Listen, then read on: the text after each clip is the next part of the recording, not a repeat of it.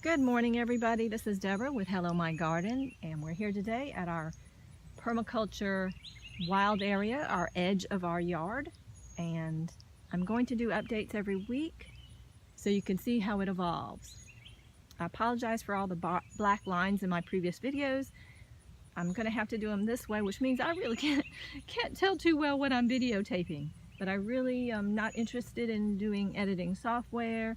I'm really just interested in doing our yard and our garden. So I hope that works well with y'all, and let's take a peek at our edge here. And I'm really hoping that you're seeing what I'm looking at. So we have a comfrey here, and this is a chrysanthemum, a medicinal chrysanthemum, and there's another one. They're doing pretty good. We've had a couple rains this week, about a half of an inch so far. It's been a lot more than last year, knock on wood, but the week ahead, unless we have pop-up storms, doesn't look to be very much rain.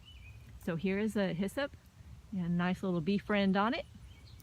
And interestingly, this is another one of our chrysanthemums. Interestingly, I don't know if when I disturbed the ground, it brought up milkweed seeds, but we've got 2 milkweeds here. So we are excited to see the milkweed. And hopefully these two will form a beneficial relationship. So I'm really happy to see the milkweed. And what do we have here? We have our cardinal flower. Oh, I hope my shadow isn't getting in the way. Milkweed is now going out of flower, which is sad because it's such a beautiful flower. But pods are coming, which will mean seeds, which will mean more milkweed. So I was happy to see that. Our Rosa Sharon is in bloom, which is very pretty. Again, this was a volunteer or was here before we were here and maybe just kept getting mowed over and wasn't allowed to grow. We're going to keep it trimmed at about maybe a little bit bigger than this, but I do like to see the flowers there. Okay, so we have our mason bee house, and it doesn't look to be very well occupied. We're thinking that we haven't given it enough clearance here, and we are going to try perhaps raising it a little bit and trimming the Rosa Sharon back a little bit, and maybe that'll help encourage more occupancy. But if not, we'll move it to another place in the yard.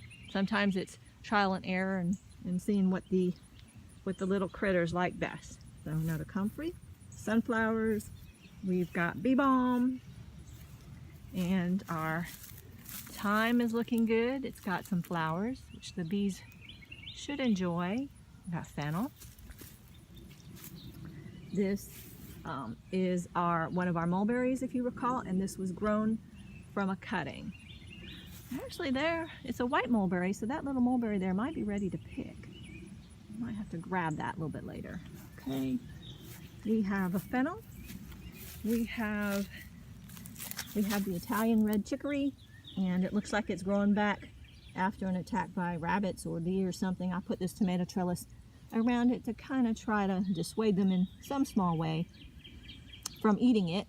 It looks like it's giving them a little bit of help. So this right here is our gagulam, and it does not like all this southern sun. So, but it's still surviving, and I put this row cover over to kind of help, but I'm going to have to figure out something better. Moving right along. Another hyssop. We've got a lot of hyssop here on the property. We've got a common milkweed over there that I planted a couple weeks ago.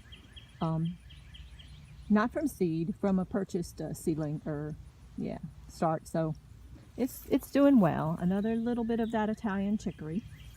This is echinacea. I think it's about 3 years now, and it is getting quite tall. You can see a couple bee friends on there. We do have a couple sunflowers there. This is a passion flower, and I think it's blue passion flower. I can't recall now. I do have a Passiflora incarnata. It may pop in the front yard. Okay, some more bee balm. Volunteer tomato, our blackberries, our young blackberries. And I actually have a white blackberry I need, is a baby whiteberry start that I need to put in here somewhere. And so it's going to go in here pretty soon. And we have another sunflower. This is a motherwort, not doing so well.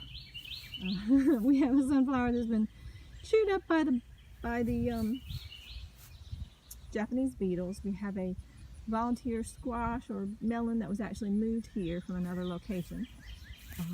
We have thin mint, thin leaf mountain mint, narrow leaf mountain mint, and the Russian balking comfrey. We have another mason bee house. Again, not a lot of occupancy here too, so we may have to move them both. And we have some hyssop, more narrow leaf mountain mint, and our pond with our frogs hiding from us or avoiding the strong southern sun. It's still early, but it's warm. Some leaves composting. And these are our hardy kiwis, and they're doing pretty well. Knock on wood. As they don't tend to really like, as I mentioned last time, the heat of these metal cattle panels. That's my male. And this is the Ken's Red. And I want to mention just briefly these tags that we're using, just soda cans cut and engraved with the variety of kiwi right there. So trying to reuse and recycle. So we got hyssop, lots of hyssop, and another volunteer tomato. And I believe this is probably marigold, looks like marigold. We have some lookalikes too. Okay, and we have stinging nettle. So this has been a tour of our wild, quote-unquote, permaculture Mount Edge, and we're hoping to bring you along and see as this develops into a more, I guess, filled with herbs and edible plants, and hopefully becoming a real Eden type permaculture garden. And so I'll close with all these wonderful little bees and beneficial insects enjoying the hyssop today.